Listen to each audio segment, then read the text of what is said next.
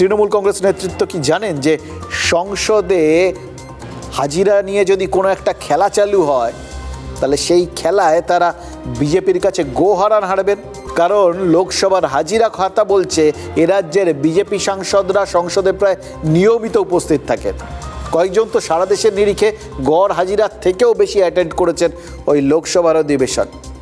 আর সেখানে তৃণমূল সাংসদদের অনেকেরই রেকর্ড নিতান্তই কম। কম মানে এত কম যে এটা এটা এটা সিরিয়াসলি বলছি, এটার জন্য আবার আমাদের তৃণমূলের কাছেই কৃতজ্ঞ থাকতে হওয়া উচিত। একটা সৎসাহসের ব্যাপার আছে, এটা জানতেই পারতাম না যদি তৃণমূলেরই সাংসদ কল্যাণ বন্দ্যোপাধ্যায় প্রবল উদ্বেগ প্রকাশ করে এই খবরটা আমাদের না জানাতেন। তাই তো জানতে পারলাম যে এতজন সাংসদ প্রায় যাই না। আর তাই বলছি, তৃণমূলের এই সাংসদদের এই মতিগতি কি রাজ্যের শাসক জানে?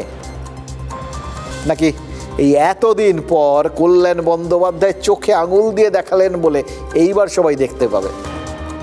ওই বললাম, দেখানোর একটা কৌশল আছে, একটা পদ্ধতি আছে। কীভাবে দেখতে পায় সরকার সেটা তো আপনাদের দেখালাম। এবার কল্যাণ বন্দ্যোপাধ্যায় তিনি এই সরকারের অঙ্গ, ফলে তিনি নিশ্চয়ই খুব ভালো করে জানেন একজন রাজনীতিক হিসেবে সরকারকে বা দলকে কিভাবে দেখাতে হয়।